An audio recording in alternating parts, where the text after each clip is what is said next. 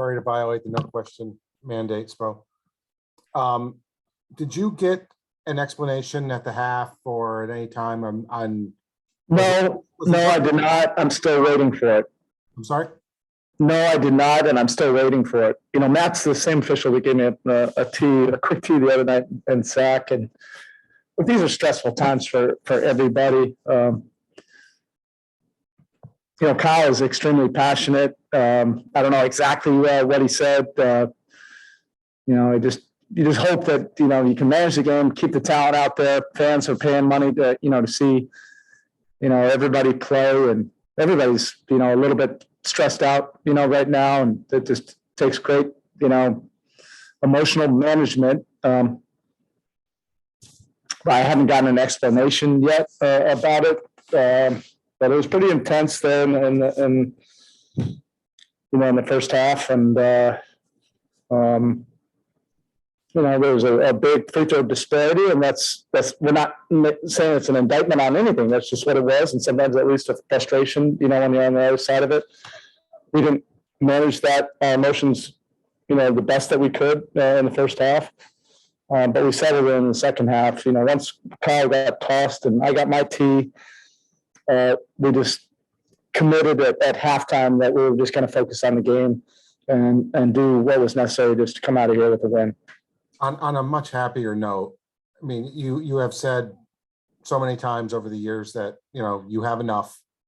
This wasn't a closing lineup that you would have envisioned a month ago or 3 months ago, or probably even a couple of weeks ago.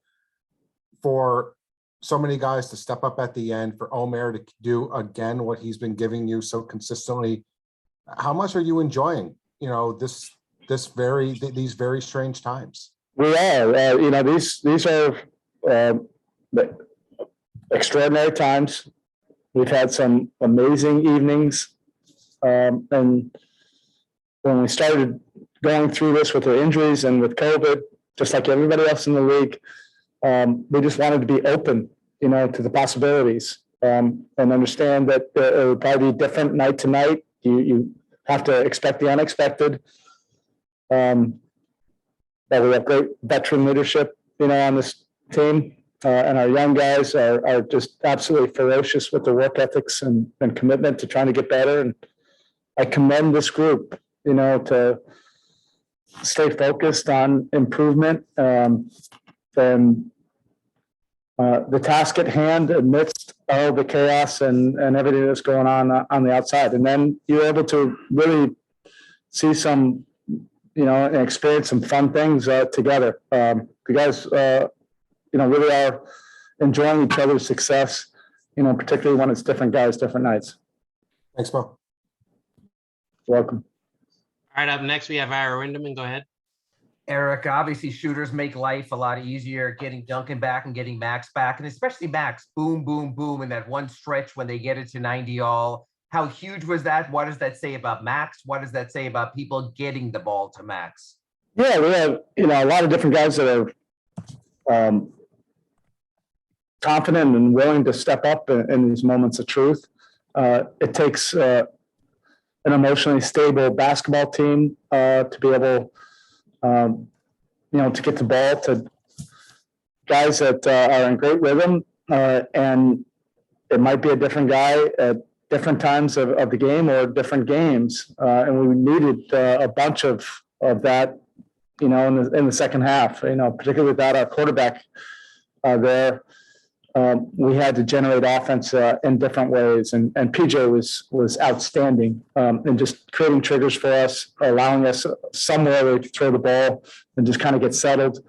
And Max was a recipient of a lot of those plays, and just moving constantly and finding open gaps, and it made some big ones. Just don't let him tell you that he was trying to bank that last one in. And then it started off as one of those games where it's like, Omer has got 2 quick fouls, Chris got 2, you don't have any more big bodies, but Omer settled in and he got big rebounds and he made big points and he even hit his first NBA 3-pointer. Your thoughts about a guy like that stepping up and in a moment of truth, making what you always tell us are winning plays? Yeah, I always think about what UD says. You stay ready so you don't have to get ready.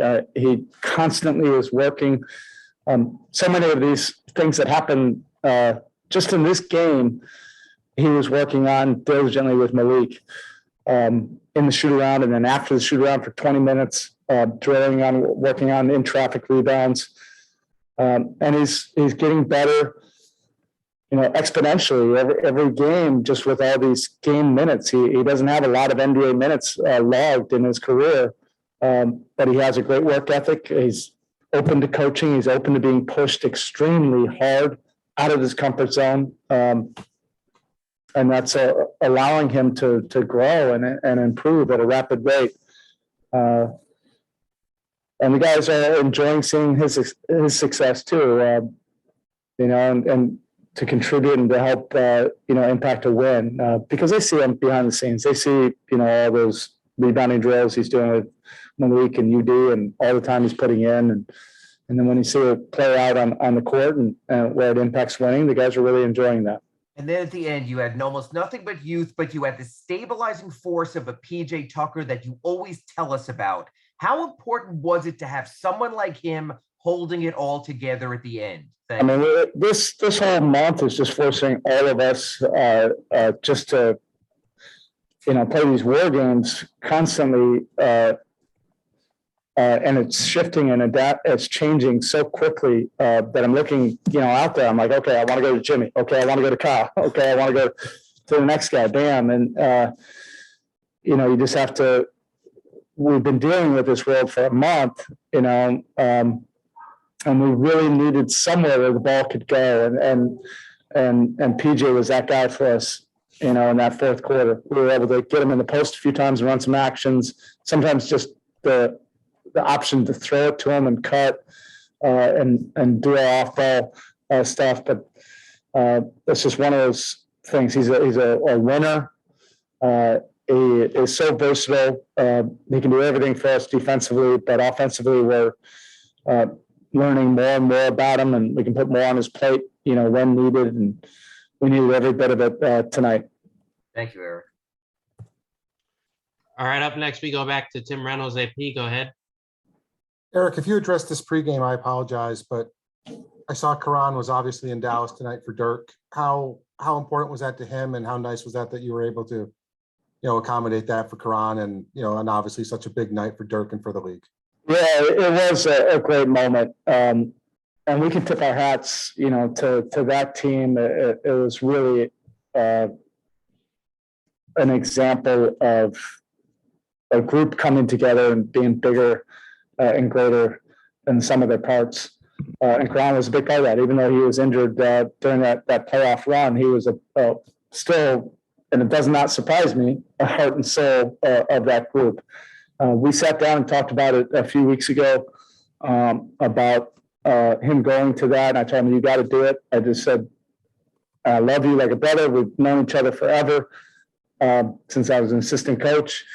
I just had to let him know that, that's my least favorite team, of all time, for obvious reasons. But also as a competitor, like deep respect, for that group and the way they competed and did it in a team way. I'm glad he was able to do that. I'm glad it worked out. And he should be able to celebrate, with that group, particularly as he was going through some adversity. Thanks again. We pass it to the room now for questions. Eric, what did you see with that altercation here at the end of the paper? I don't know. It's a bunch of nothing, and then let's move on. Let's finish the game. Okay, thank you.